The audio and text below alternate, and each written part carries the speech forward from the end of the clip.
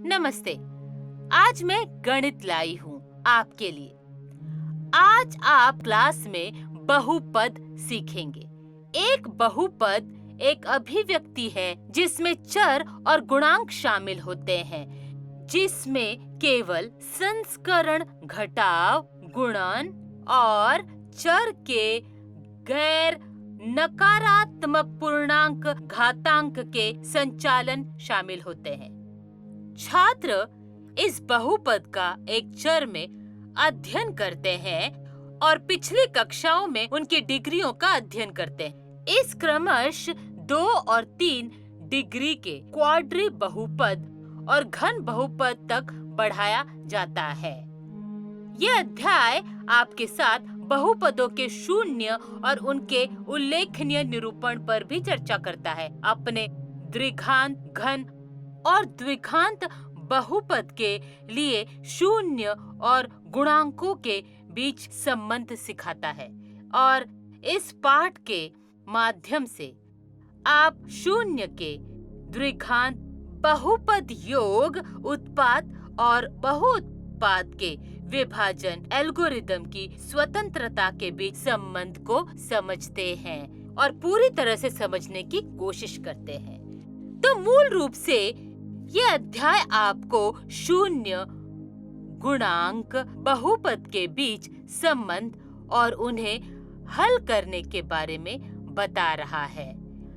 ये सब सीखते समय आपने देखा कि इन सभी समीकरणों के बीच एक अजीब अंतर संबंध है।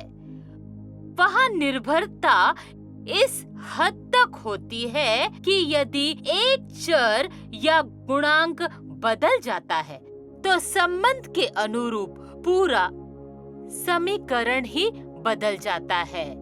जिस तरह बहुपद मूल्यों को प्राप्त करने के लिए गुणांक और चर के बीच एक संबंध और निर्भरता पैदा करता है, उसी तरह छात्रों को ये महसूस करना चाहिए कि किसी के जीवन में खुशी प्राप्त करने के लिए परिवार के, दोस्तों के, समाज के बीच स्वस्थ संबंधों का पोषण करना महत्वपूर्ण है। और भी ज्यादा कहूँ तो छात्रों, आपको ये महसूस करना चाहिए कि खुशी तभी कायम रह सकती है जब अपनेपन की भावना और समुदाय की भावना टिकी हुई हो।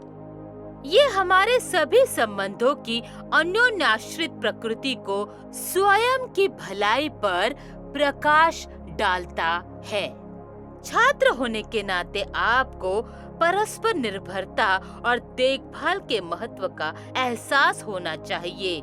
सुखी और शांतिपूर्ण जीवन के लिए संबंध बनाए रखने के लिए इन शर्तों को साझा करना चाहिए। याद रखें कि परस्पर निर्भरता व्यक्ति को सहायता प्रदान करती है, उन्हें समर्थन की शक्ति की अनुमति देती है और उन्हें प्रदान करके और अपने स्वयं के व्यक्तिगत विकास पर ध्यान केंद्रित करती है। जो व्यक्ति स्वतंत्र है वो तुरंत पुरस्कार प्राप्त करेंगे।